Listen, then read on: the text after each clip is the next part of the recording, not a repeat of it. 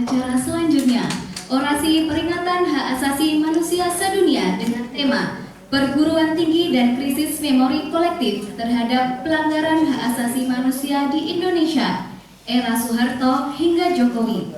Sebelum mendengarkan orasi, izinkan saya membacakan CV narasumber pada pagi hari ini. Profesor Riset Dr. Asfi Warman Adam adalah seorang profesor riset Purna Bakti BRIN, lahir di Bukit Tinggi 8 Oktober 1954 dan juga merupakan sarjana muda sastra Prancis UGM 1977 dan juga sarjana sastra Prancis Universitas Indonesia 1980, lulus doktor sejarah dari EHESS Paris tahun 1990, lektor bahasa Indonesia pada INALCO Paris 1984-1986 dan juga merupakan redaktur atau redaktur pelaksana majalah sportif 1981 hingga 1983. Buku-buku beliau telah menulis 15 buku sejarah Indonesia,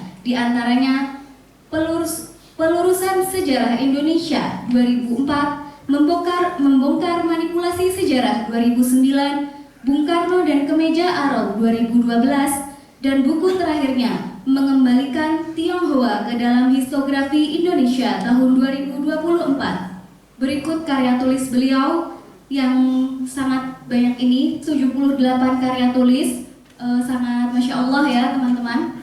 Kemudian anggota tim penyelidikan pelanggaran hak asasi manusia berat Soeharto yang dibentuk Komnas HAM tahun 2003, menjadi narasumber pada Komisi Kebenaran dan Rekonsiliasi Timur Timur tahun 2004. Kemudian menjadi Visiting Fellow di KITLV Leiden 2005, Visiting Research Scholar di CESAS Kyoto 2014-2015. Kemudian penghargaan yang diperoleh Satya Lencana karya Satya 10 tahun, 20 tahun dan juga 30 tahun. Satya Lencana Wirakarya tahun 2020. Memperoleh penghargaan Nabil Award tahun 2010 dan juga Cendekiawan Berdedikasi Kompas tahun 2020. Menyampaikan pidato dari polemik kebudayaan sampai polemik sejarah pada Sultan Takdir Ali Syahbana Memorial Lecture 25 Agustus 2025 di Taman Ismail Marzuki, Jakarta. Kemudian dari polemik kebudayaan sampai polemik sejarah. Kepada Profesor Riset Dr. Asfi Warman Adam, waktu dan tempat sepenuhnya kami persilahkan. Yang saya hormati, Ibu dan Bapak Dekan, para dosen, mahasiswa, rekan-rekan jurnalis, aktivis, dan komunitas lainnya. Assalamualaikum warahmatullahi wabarakatuh. Waalaikumsalam warahmatullahi wabarakatuh.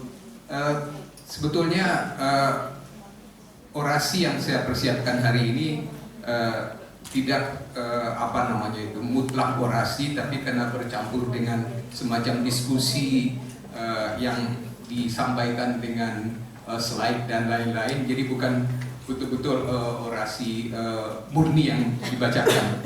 Nah, sebelumnya saya juga ingin mengomentari dulu dua hal ya, tentang apa yang disampaikan tadi oleh Profesor Mas Duki tentang perlawanan itu dilakukan, itu tidak harus keras, tidak harus kasar, tapi bisa juga dengan sangat halus tetapi sangat tajam dan strategis gitu.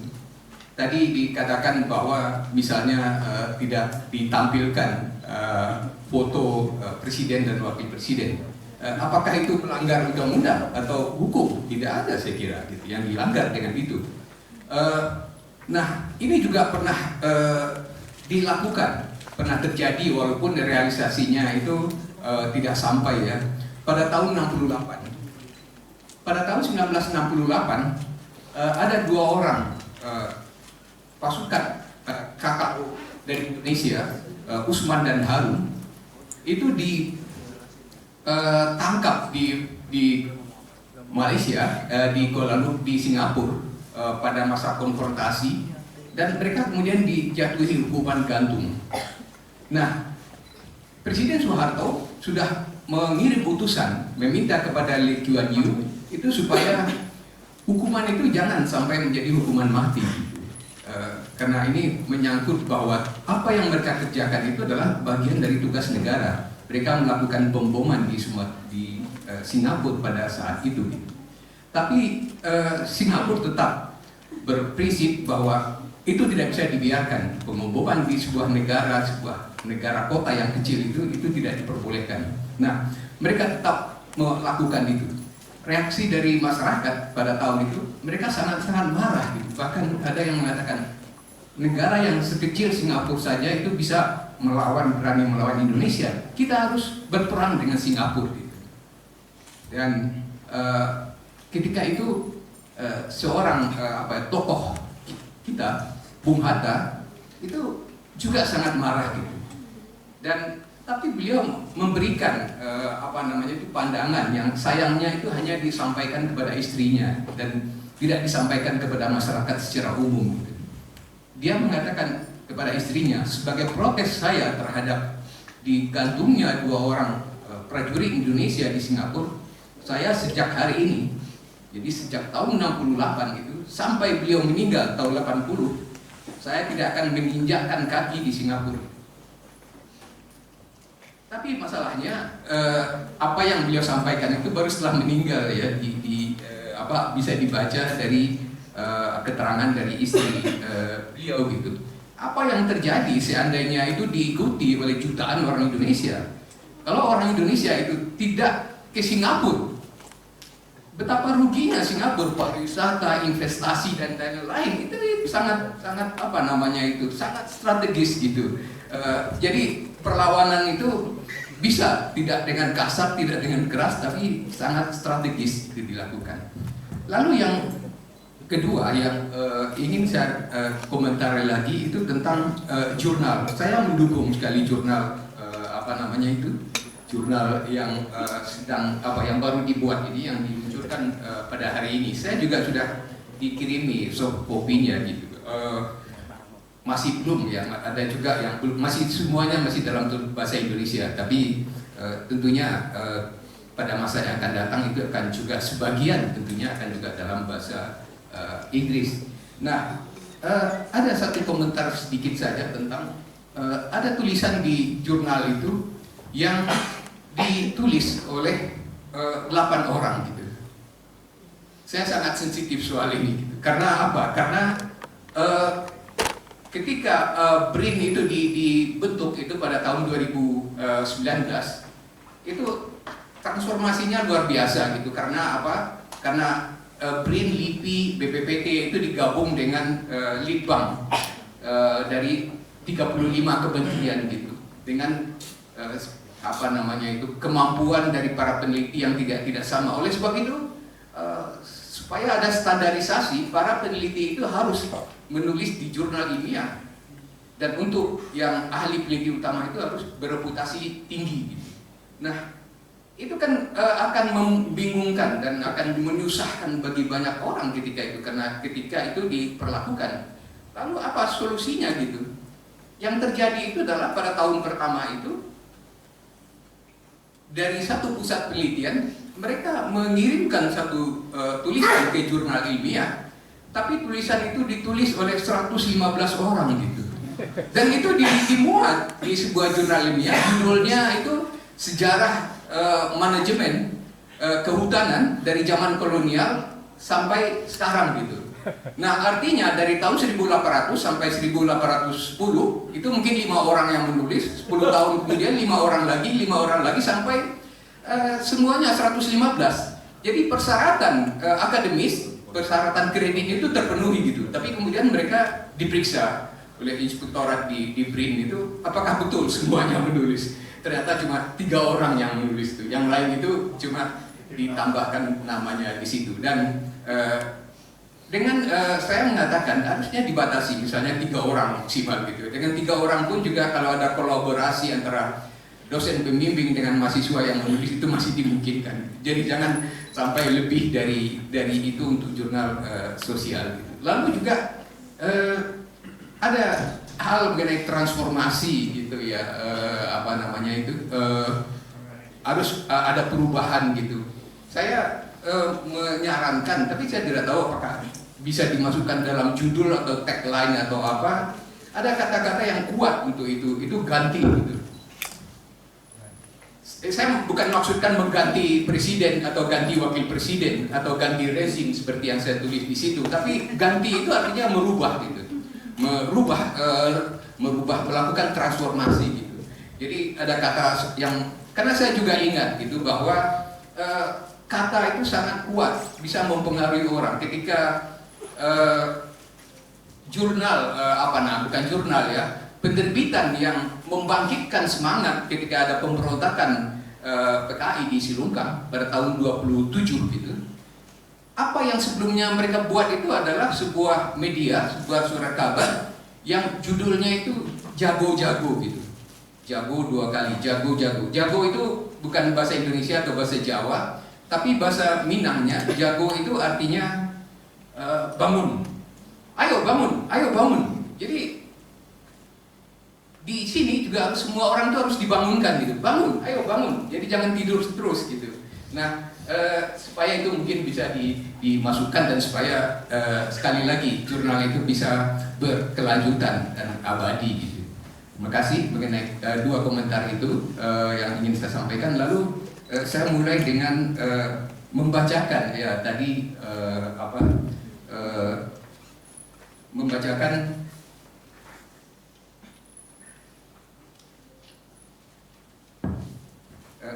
naskah orasi saya ini yang sudah bercampur dengan beberapa slide yang dijelaskan lagi. Jadi orasi kebudayaan ini terdiri dari 4 bagian. Yang pertama tentang kegagalan negara di dalam menyelesaikan masalah pelanggaran HAM berat sejak Soeharto sampai kini. Yang kedua tentang era rekayasa sejarah era Soeharto, jilid 1 yang diulangi pada era Prabowo, jilid 2. Yang jadi tentang keberhasilan negara termasuk di sini menjadikan Soeharto sebagai pahlawan nasional. Dan yang ketiga tentang perlawanan masyarakat sipil itu ada gitu. Dan yang keempat, apa yang kita lakukan pasca Soeharto menjadi pahlawan nasional. Para hadirin yang saya hormati, kegagalan negara menyelesaikan pelanggaran HAM berat setelah Soeharto berhenti dari jabatan presiden, berbagai hal sudah dilakukan oleh masyarakat. Misalnya menuntut pada tahun 65, misalnya bukan tahun 65, pada tahun 1998, Marsekal Salih Basarah dari PP Auri itu menelpon Menteri Pendidikan dan Kebudayaan dan Yuwono Sudarsono dan Menteri Penerangan Yunus Yosvia agar film Pengkhianatan G30S PKI yang jadi tontonan wajib setiap tanggal 30 September malam tidak diputar lagi. Karena film itu mendiskreditkan Auri karena menggambarkan Pangkalan Halim Perdana Kusuma sebagai sarang pemberontak. Padahal kejadian tragis pembunuhan para jenderal itu adalah di Lubang Buaya yang berada di luar area Pangkalan Angkatan Udara. Kemudian dilakukan beberapa usaha atau upaya oleh para korban untuk melakukan penggalian makam massal dan mereka juga melakukan tuntutan itu ke luar negeri gitu. Jadi ada yang menyampaikan protesnya itu ke dalam sidang HAM PBB di Jenewa gitu. Kemudian dibentuk atau dibuat undang-undang KKR yang sempat menjadi kontroversi. Namun undang-undang ini kemudian juga dilakukan ultra petita oleh Mahkamah Konstitusi yang dipimpin oleh Jimli Asediki. Undang-undang itu dirubuhkan pada tahun 2003 sebelum sempat dijalankan. Kemudian juga upaya yang dilakukan yang lainnya itu adalah class action terhadap para presiden Indonesia yang dituntut oleh para korban pelanggaran HAM berat gitu. Nah, di dalam perjuangan untuk melancarkan penuntutan pelanggaran HAM berat ini, saya menganggap di sini sangat penting itu aspek internasional. Faktor internasional itu sangat menentukan. Apapun yang berkaitan dengan pelanggaran HAM berat itu baru diperhatikan setelah ada sorotan, setelah ada kritik dari dunia internasional. Jadi ada slide yang ini faktor internasional, bahwa pada tahun 69 sampai tahun 79 rezim Orde Baru itu membuang secara paksa para tapol selama 10 tahun itu di Pulau Buru. Sebetulnya tidak ditetapkan 10 tahun, tapi dimulai tahun 69 dan itu ditutup karena ada desakan dari para aktivis asing, para aktivis dari dunia internasional yang menyebabkan akhirnya pemerintah Indonesia menutup membebaskan para tahanan yang di Pulau Buru itu. Kemudian juga alasan yang sama, adanya pengadilan HAM Hague Timur Timur juga karena ada protes dari masyarakat internasional. Kemudian Komisi Kebenaran dan Persahabatan RI Timor Leste itu dibentuk juga karena ada laporan CAPR, padahal sebelumnya sudah ada laporan dari Komisi Penerimaan dan Rekonsiliasi yang lebih rinci, yang menuturkan atau menceritakan tentang pelanggaran HAM berat yang dilakukan berapa puluh tahun di Timur. Kemudian juga hal yang lain ketika upaya untuk melakukan protes terhadap pelanggaran HAM berat itu mereda di Indonesia, maka ada juga orang asing yang membuat film, Josia Oppenheimer, film jagal tentang The Act of Killing, dan film Senyap pada tahun 2014. Nah, ini juga yang kemudian ketika film itu mendapat penghargaan dan ditonton oleh para aktivis, mereka berpikir bahwa sesuatu yang sifatnya internasional itu akan mendapatkan perhatian. Nah, oleh sebab itu kemudian International People Tribunal tahun 65 itu di Den Haag diadakan pada bulan November tahun 2015. Dan karena ada pengadilan internasional, pengadilan rakyat internasional di Den Haag itu, maka pemerintah Indonesia pun terpaksa menyelenggarakan simposium nasional atas biaya pemerintah. Walaupun itu di sisi yang lain sebulan kemudian ada simposium tandingan yang dilakukan oleh para tentara atau purnawirawan. Nah, ini saya ingin menjelaskan bahwa faktor tadi misalnya penutupan Pulau Buru ini adalah karena aspek internasional. Ada satu orang tokoh yang berperan dalam hal ini, yaitu Karmel Budiardjo. Karmel Budiardjo itu adalah seorang mahasiswa ketika pada tahun 50-an itu berkunjung ke Cekoslovakia. Di situ di Ceko itu ada Pak Budiardjo, mahasiswa Indonesia yang belajar di sana. Dan di dalam pertemuan di Ceko itu kemudian Karmel dan Budiardjo itu saling jatuh cinta, dan beberapa lama kemudian mereka menikah di Cekoslovakia. Karmel dengan Budiardjo. Setelah lulus, Budiardjo itu setelah menikah, Karmel Budiardjo itu menyatakan bahwa dia sudah menjadi warga negara Indonesia. Nah, kemudian mereka punya anak dua dan pulang ke Indonesia. Budiardjo itu bekerja di Indonesia dan kemudian dia pada tahun 65 ditangkap karena dia juga pengurus HSI, sebuah organisasi yang berafiliasi kiri gitu. Dan tapi bukan hanya Budiardjo yang ditangkap, tetapi juga istrinya Karmel itu juga ditahan. Nah, anak-anak dia yang masih remaja kemudian bisa pulang ke Inggris, ke tempat neneknya di sana. Dan di London itu anaknya itu yang besar itu namanya Tari, itu sudah remaja, itu bagaimana mengurus supaya ibunya atau ayahnya itu bisa bebas gitu. Nah, caranya itu adalah bahwa ketika menikah tahun 50-an itu, Karmel itu menyatakan bahwa dia sudah menjadi warga negara Indonesia. Dan kemudian di London itu pihak keluarga itu mengajukan gugatan ataupun pengacara itu mengajukan gugatan ke pengadilan di Inggris. Dan gugatan itu adalah bahwa perkawinan antara Karmel dengan Budiarjo itu tidak sah karena ada beberapa persyaratan yang tidak dipenuhi gitu. Sehingga perkawinan itu tidak sah, sehingga artinya Karmel itu masih menjadi warga negara Inggris. Dia belum menjadi warga negara Indonesia. Nah, itu gugatan itu dikabulkan oleh pengadilan di Inggris. Dan karena itu kemudian setelah itu diputuskan oleh pengadilan, maka kemudian disampaikan ke Indonesia, dan pada hari itu juga Karmel Budiarjo yang ditahan itu bisa dibebaskan karena pemerintah Indonesia tidak berhak menahan orang asing gitu.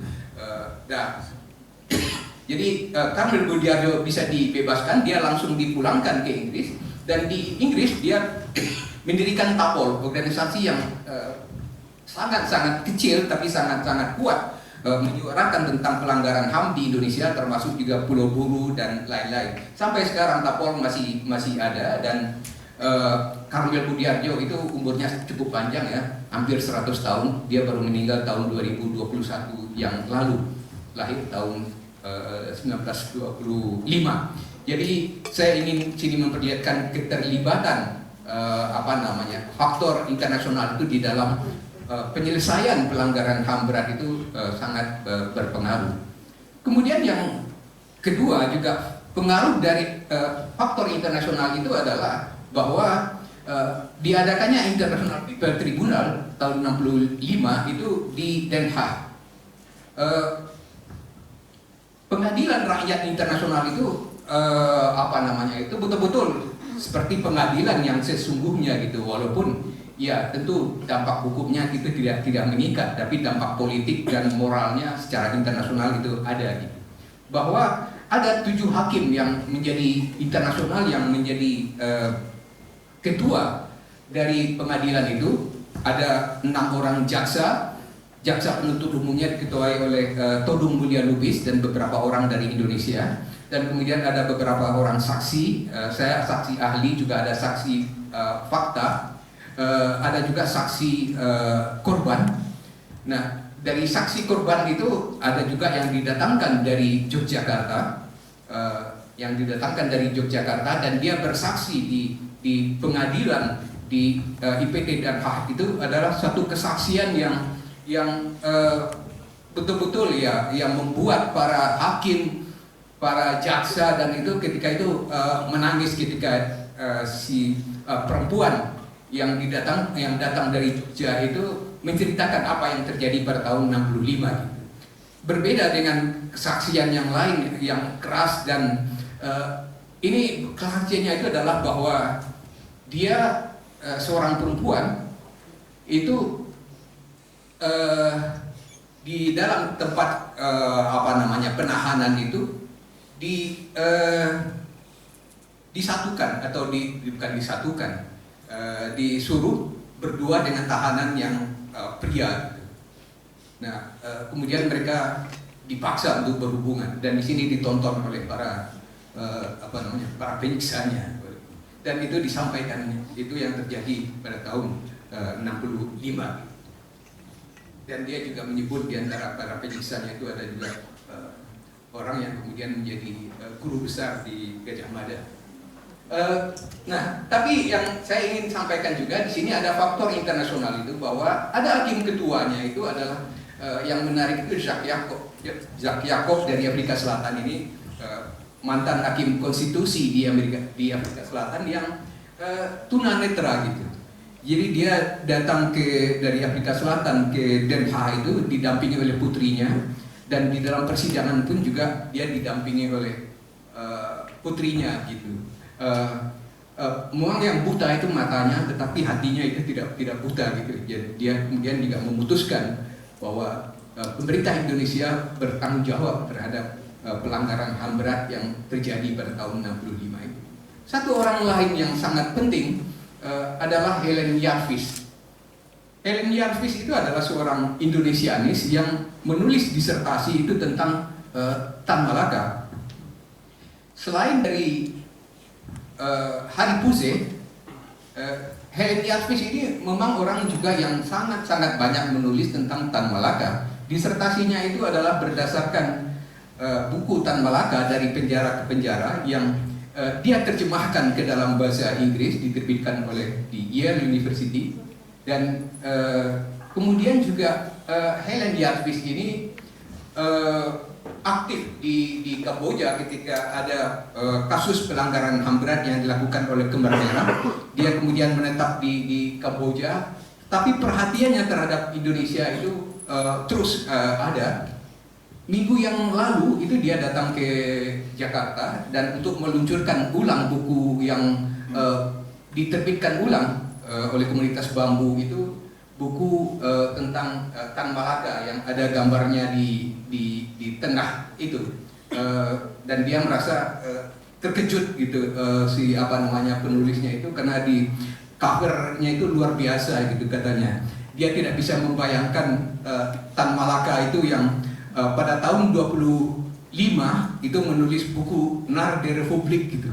Jadi begitu lamanya itu. Tapi kemudian tiba-tiba sekarang Tan Malaka itu selfie gitu. Jadi ini betul-betul loncatan ke depan gitu. Ini buku untuk anak muda gitu. Tan Malaka itu selfie dari dalam kuburnya gitu.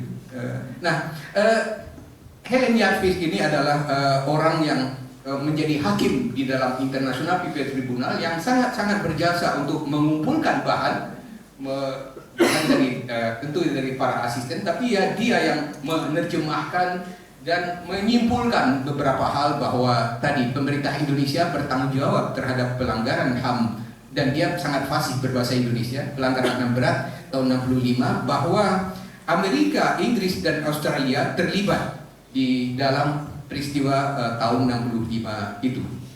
Ya, ini dua hal tentang bahwa faktor internasional ataupun individu ataupun lembaga itu sangat penting. Ini adalah film The Act of Killing yang dibuat oleh Joshua Oppenheimer. Yang kedua itu foto tentang sidang International People Tribunal itu di Den Haag. Kemudian akibatnya Indonesia terpaksa mengadakan simposium 65 pada tahun 2016, dan ada tandingannya kemudian yang dilakukan oleh tentara sebulan kemudian. Terus yang berikutnya. Nah, faktor pendorong ini sangat penting. Jika tidak ada situasi atau desakan internasional, maka pelanggaran HAM berat itu apakah tidak bisa diselesaikan? Nah, faktor yang lain itu yang lebih bersifat lokal itu terjadi dalam kasus yang kecil atau terbatas, seperti kasus wali kota Palu yang melihat bahwa di Palu itu ketika setelah tahun 65 para korban itu dipaksa oleh militer itu untuk melakukan pembangunan kantor Kodim dan lain-lain itu tanpa dibayar. Dan oleh sebab itu wali kota Palu mengatakan dia perlu minta maaf dan memberikan semacam ganti rugi kepada para korban itu. Sekarang ada Kementerian HAM, tetapi apakah itu bisa mendorong pengungkapan pelanggaran HAM berat itu? Terus yang berikutnya, ya ini yang sudah dilakukan oleh pemerintah Indonesia. Ada undang-undang Komisi Kebenaran dan Rekonsiliasi, tapi kemudian Cipli Asidiki melakukan ultra petita.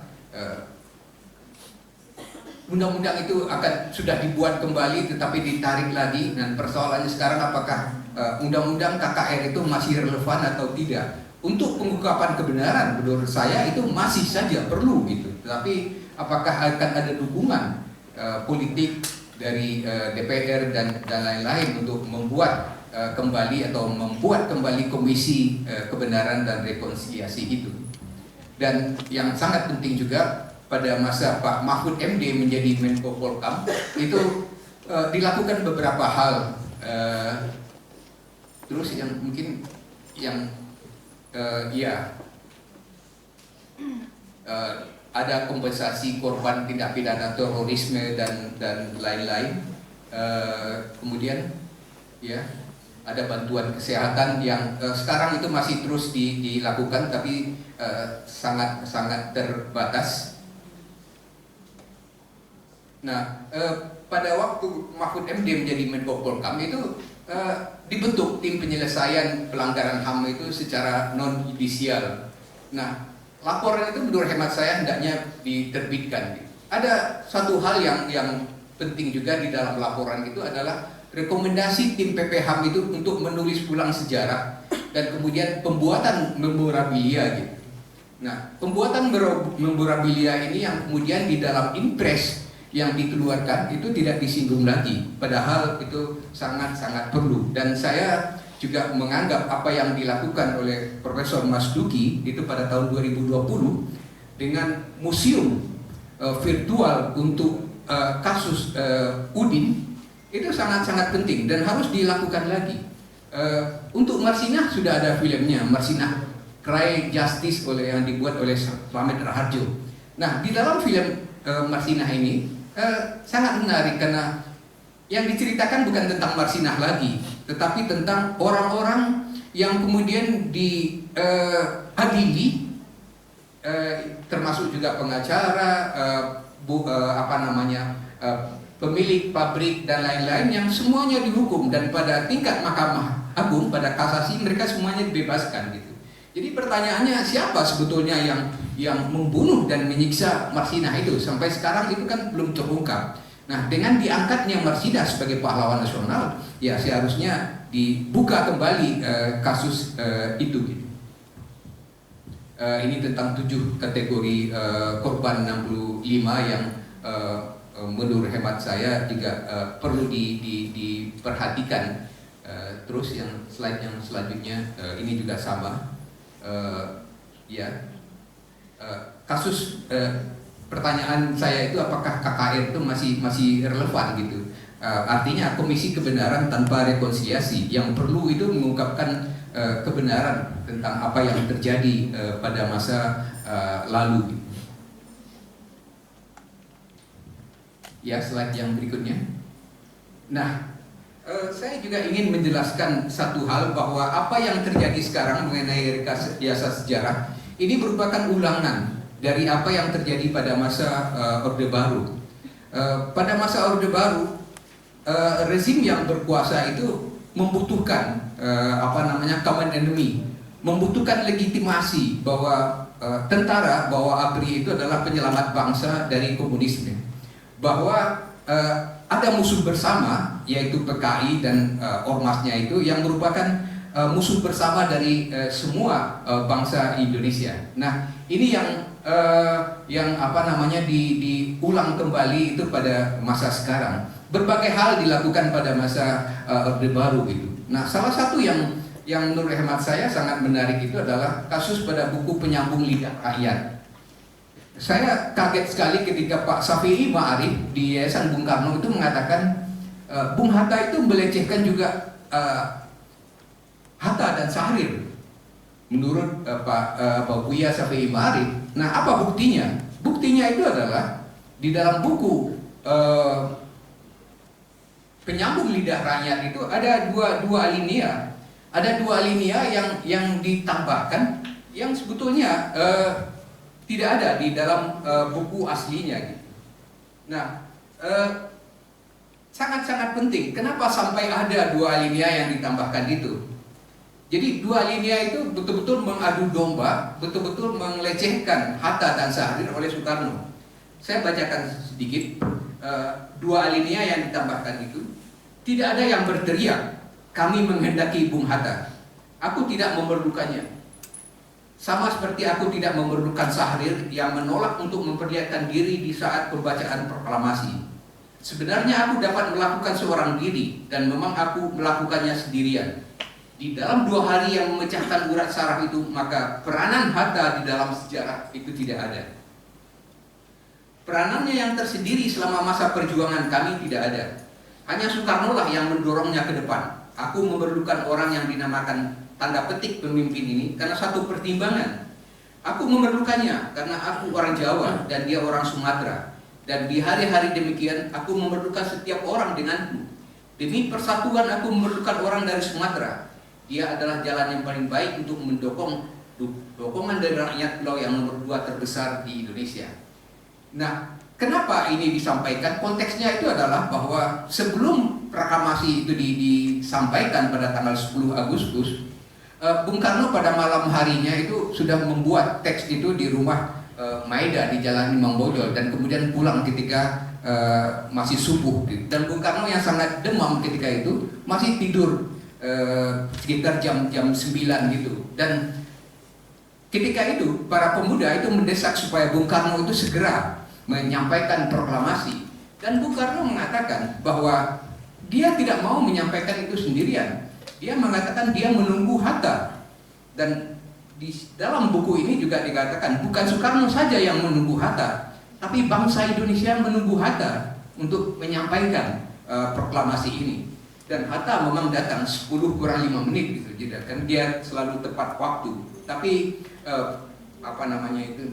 pemuda itu mendesak dan akhirnya memang Hatta datang dan dibacakan. Tetapi dua alinea ini yang ada di dalam buku yang dibaca oleh Buya Syafi'i Ma'arif ini ternyata tidak ada di dalam buku aslinya di dalam buku bahasa Inggris. Saya mengatakan kenapa atau siapa yang menambahkan buku ini? Buku ini diterjemahkan dari bahasa Inggris oleh seorang penerjemah, seorang mayor tentara, dan kemudian keluarganya ketika kasus ini mencuat mengatakan tidak mungkin, bapak saya itu orang Minang, tidak mungkin tidak menjelekkan penerjemahnya itu adalah seorang mayor berasal dari Sumatera Barat, dan dia mengatakan tidak mungkin dia akan menyalahkan juga Hatta dan Syahrir yang sesama Minang gitu. Jadi pasti ada orang lain yang membuat, bukan bapaknya kan, yang si penerjemahnya ini. Lalu kemudian yang menjadi pertanyaan lagi, saya mengecek bahwa buku itu di dalam buku yang diterbitkan di New York, di perpustakaan di New York itu tidak ada alinea ini yang ditambahkan itu. Demikian juga saya menanyakan kepada Bu Aiko Kurosawa ketika buku ini juga ada terjemahan dalam bahasa Jepang, itu tidak ada di dalam buku yang ada di Jepang. Lalu siapa atau kapan buku ini bisa masuk dua alinea tambahan itu? Saya beberapa tahun yang lalu itu mendapat pertanyaan dari seorang pengajar Indonesia di luar negeri yang mengatakan mengapa di dalam buku Mavis Ross itu menulis biografi tentang Muhammad Hatta yang diterbitkan oleh Cornell Modern Indonesia tahun 47, alinea itu ada. Buku ini diterjemahkan oleh Herman Sulistyo menjadi Indonesia Merdeka, biografi politik Muhammad Hatta pada tahun 91. Alinea itu juga ada. Nah, dosen itu yang mengajar di Qatar, di Northwestern University Qatar menanyakan, namanya Anto Muhsin menanyakan, dari mana sumber buku Cindy Adam yang digunakan oleh Mavis Ross oleh penulis ini? Saya melihat lagi, Mavis Ross ini menulis buku ini berdasarkan disertasi dia. Disertasi dia di Griffith University Brisbane. Itu pada disertasi ini dibimbing oleh 3 orang, oleh Jim Rotel, Colin Brown, dan Deliar Nur. Jadi saya kemudian bisa mengatakan kalau begitu sumbernya ini adalah Pak Deliar Nur. Buku yang dibawa oleh Pak Deliar Nur dari Jakarta itu mungkin yang sudah ditambahi 2 alinea ini. Saya tidak percaya Pak Deliar Nur sendiri yang menambahkan, bukan. Tapi beliau mungkin tidak sadar bahwa di dalam buku yang dibawa dari Jakarta itu sudah ada tambahan 2 alinea ini. Jadi ini saya mencoba sebagai detektif itu dari mana sumbernya kekacauan ini. Jadi nampaknya dari sana ada tambahan. Ini ada hal-hal yang lain juga yang dilakukan pada masa Orde Baru. Nah, kemudian pada masa Soeharto, pada masa Prabowo sekarang itu akan dilakukan lagi hal yang sama, diulang kembali, di dalam buku yang akan diluncurkan pada tanggal 14 Desember tahun 65, jadi beberapa hari lagi, itu buku terdiri dari 10 jilid. Dan di dalam buku jilid ke-9 dan ke-10 itu mengenai Orde Baru, dan saya melihat draft yang pada bulan Juli itu masih bercerita tentang keberhasilan pembangunan pada masa Orde Baru, dengan sangat sedikit menyentuh soal pelanggaran HAM, apalagi yang dilakukan oleh Prabowo Subianto di dalam penghilangan aktivis, penghilangan orang secara paksa pada tahun 97-98. Ini nampaknya diulang kembali. Nah, kemudian juga pertanyaannya, setelah Soeharto menjadi pahlawan nasional, ada beberapa orang yang diangkat juga. Sarwo Edi itu sebetulnya ketika diwacanakan untuk menjadi pahlawan nasional sudah muncul penolakan dari para aktivis, karena Sarwo Edi adalah orang yang melakukan operasi militer setelah G30S di Jawa Tengah, Jawa Timur, dan Bali, dan pembunuhan itu terjadi bersamaan atau sesudah kedatangan tentara di ketiga daerah itu. Di dalam buku Julius Burr itu diceritakan juga bagaimana pengalaman Sarwo Edi itu melakukan penumpasan PKI itu. Dia ketika tentara itu lewat, ada para perempuan yang di dalam buku itu dikatakan gerwani itu menghadang di jalan, dan Sarwo Edi mengatakan tabrak saja gitu, dan akhirnya semua yang berada di jalan itu menjadi tewas gitu. Dan hal yang semacam ini sebetulnya kalau dilakukan dibahas di dalam tim pengusulan pahlawan, ini bisa sebetulnya menjadi alasan untuk menolak itu, karena di situ juga terjadi kekerasan dan pelanggaran HAM. Tetapi Sarwo Edi tetap diangkat. Saya menulis di Jakarta Post itu bahwa Sarwo Edi itu adalah mertua dari Presiden Susilo Bambang Yudhoyono. Nah, ketika wacana itu diajukan pada masa SBY, ada penolakan dari kalangan aktivis, dan SBY ketika itu dia tidak ngotot, tidak mengatakan bahwa dia mertua saya dan harus diloloskan sebagai pahlawan nasional. Jadi Sarwo Edi itu tidak diangkat pada masa SBY, dan saya menulis di Jakarta Post, barangkali Presiden Prabowo bisa meniru SBY gitu. Jadi jangan mengangkat mertuanya pada saat dia menjabat gitu, karena ini ada konflik kepentingan gitu. Tapi apa yang terjadi bahwa Soeharto tetap diangkat, tapi di sisi yang lain Sarwo Edi yang juga ditolak itu juga diangkat juga gitu. Jadi dua hal yang menjadi persoalan. Nah, kemudian yang kedua, Soeharto dan Gus Dur itu dicalonkan sejak tahun 2010. Soeharto setelah meninggal itu tahun 2009 itu sudah dimulai pencalonannya sebagai pahlawan nasional. Yang menarik juga bahwa pengusulan atau seminar tentang Soeharto sebagai pahlawan nasional itu diadakan pada tahun 2009, pertama kali itu di Solo, di Surakarta, di Hotel Lorin, di hotel milik Tommy Soeharto, diadakan oleh KNPI. Dan agak sayangnya ataupun celakanya itu yang diundang sebagai pembahas itu adalah saya gitu. Saya dan Dr. Budiawan dari Gajah Mada, dan satu lagi Bupati Karanganyar gitu, yang kebetulan dari PDIP gitu. Nah, jadi Bupati Karanganyar mengatakan terserah saja kepada sejarawan ataupun masyarakat, kalau mereka setuju saya akan usulkan ke tingkat provinsi. Namun saya mengatakan Soeharto ini masih kontroversi gitu. Jadi ada hal-hal yang positif dari pembangunan yang dia lakukan, tapi tidak kalah pentingnya banyak hal yang buruk juga, pelanggaran HAM berat dan lain-lain gitu. Jadi sebaiknya tokoh yang kontroversial ini tidak diangkat sebagai pahlawan nasional. Hal yang sama dilakukan juga disampaikan juga oleh Budiawan.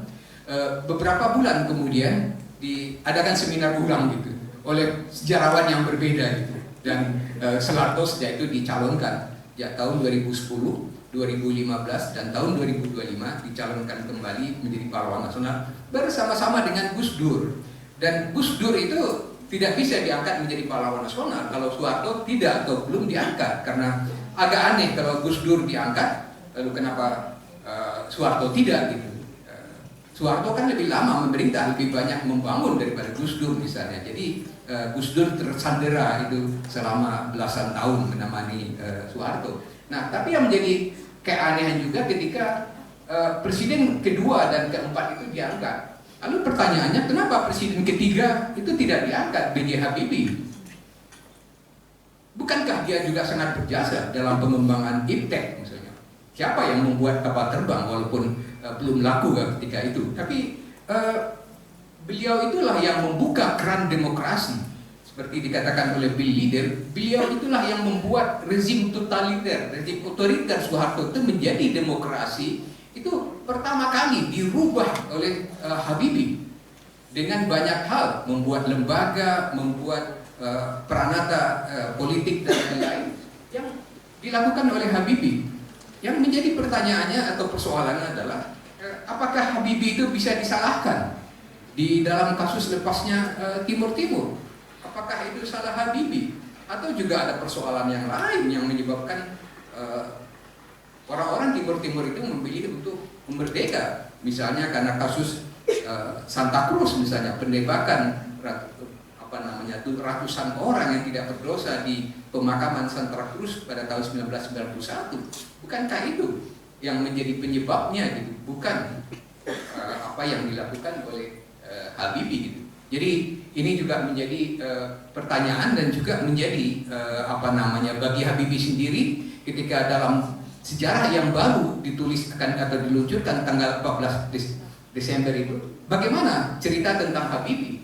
Apakah dia juga akan disalahkan ataukah dia menjadi kambing hitam di dalam kasus lepasnya Timur gitu? Terus yang berikutnya, saya sampai pada bagian yang terakhir dari diskusi ini.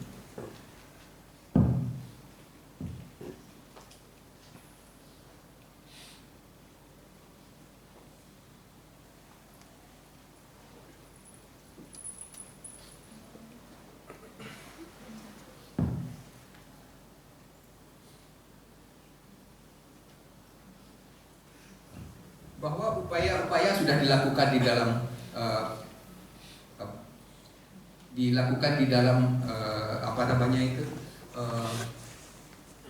penuntutan penyelesaian pelanggaran HAM berat masa lalu. Tapi sekarang ini itu nampaknya bahwa aspek internasional itu yang sangat perlu diperhatikan. Penyelesaian HAM itu ditunjukkan bahwa akan bisa lebih kuat kalau ada faktor internasionalnya. Ada yang mengatakan, ini informasi yang tidak resmi yang saya peroleh itu, bahwa Prabowo itu tidak membaca Quran Indonesia, tetapi dia membaca Jakarta Post. Itu ada yang mengatakan. Nah, itu kita perlu klarifikasi lagi benar atau tidak. Tetapi kalau mau mengkritik Prabowo, mau menyampaikan sesuatu kepada Prabowo, tulislah di Jakarta Post. Akan dibaca oleh Prabowo gitu. Jadi artinya sesuatu yang ditulis di dunia internasional, di media internasional itu mungkin akan lebih mendapat perhatian ya. Tentunya tidak berarti bahwa kita tidak menulis di media Indonesia ya, tetapi sekali lagi tulislah di Jakarta Post tentang banyak hal mengenai ini gitu. Karena upaya yang dilakukan oleh sekarang ini betul-betul bukan hanya pengulangan dari apa yang pada masa Orde Baru, tetapi juga dilakukan secara serempak gitu. Kalau pada masa Orde Baru, rekayasa sejarah itu dilakukan secara bertahap gitu. Jadi sejak dari tahun 65, tahun 66, bahkan museum pemberontakan PKI itu juga baru dibangun kembali di Lubang Buaya itu baru pada tahun 1995. Buku putih Seknek itu juga baru pada tahun 90-an dibuat kembali museum-museum didirikan. Jadi rekayasa sejarah itu puluhan tahun dilakukan, dan tetapi pada masa sekarang ini dikerjakan dengan begitu cepat gitu, bahwa pembuatan SNI yang mengagungkan kembali Orde Baru dan sekaligus pengangkatan Soeharto, dan sangat apa namanya itu, bukan tidak mungkin gitu dalam waktu 1 atau 2 tahun ini ada 2 orang lagi yang akan diangkat menjadi pahlawan nasional, yaitu ayah dari Prabowo Subianto dan kakek dari Prabowo Subianto, Sumitro Djahadikusumo dan Margono Djahadikusumo. Para sejarawan pun juga kelihatannya bersemangat gitu untuk membuat seminar, menulis buku gitu, karena beranggapan bahwa ini pasti tidak akan ditolak pencalonan kedua orang itu.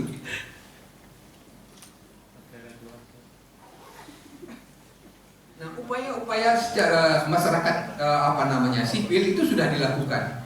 Di Jakarta itu ada aksi Aliansi Keterbukaan Sejarah Indonesia yang diketuai oleh Pak Marzuki Darusman, mantan Ketua Komnas HAM dan Jaksa Agung, yang juga anggotanya itu adalah para sejarawan, para akademisi, para aktivis dan lain-lain, yang pada bulan November yang lalu itu juga, pada bulan Oktober yang lalu itu juga menulis surat kepada Presiden Soeharto dengan ditandatangani oleh 600 orang pendukung, akademisi dan lain-lain, itu menolak Soeharto sebagai pahlawan nasional, tapi itu tetap dilakukan gitu.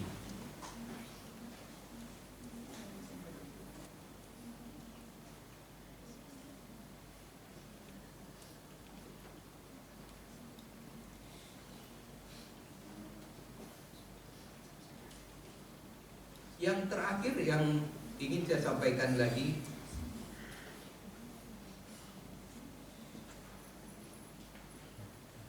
perguruan tinggi secara historis itu memiliki peran penting di dalam perubahan dan pergantian rezim. Sivitas akademika perguruan tinggi yang berpikir dan bertindak kritis perlu dibangun dan dikembangkan. Pada suatu ketika memang hanya ada beberapa perguruan tinggi yang bergerak dalam pemberdayaan masyarakat dalam merawat demokrasi dan HAM, yang lain seakan terlena atau tertidur. Namun jangan berkecil hati, bangunkan mereka. Saya ingat kepada media yang berpengaruh dalam pemberontakan rakyat di Selungkang tahun 1927 yang sudah saya singgung tadi. Namanya koran yang diterbitkan oleh Serikat Rakyat itu adalah Jago gitu. Artinya dalam bahasa Minang, bangun, ayo bangun. Jadi mereka yang tertidur itu harus dibangunkan. Dalam perjuangan menegakkan HAM di Indonesia, pengalaman sejarah memperlihatkan bahwa faktor internasional penting dan menentukan. Oleh sebab itu, jaringan internasional itu perlu dibangun. Perlu dijalin komunikasi dengan media dan lembaga internasional. Ini sejalan dengan ketiga program studi atau jurusan yang ada pada Fakultas Ilmu Sosial dan Budaya Indonesia, Universitas Islam Indonesia.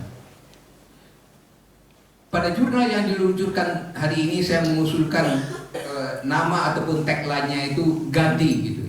Karena ganti itu menurut saya sangat akan atau lebih kuat daripada sekedar transformasi. Jadi saya tidak mengatakan ganti rezim atau ganti presiden atau ganti wakil presiden, tapi kita harus melakukan penggantian. Terima kasih. Assalamualaikum warahmatullahi wabarakatuh.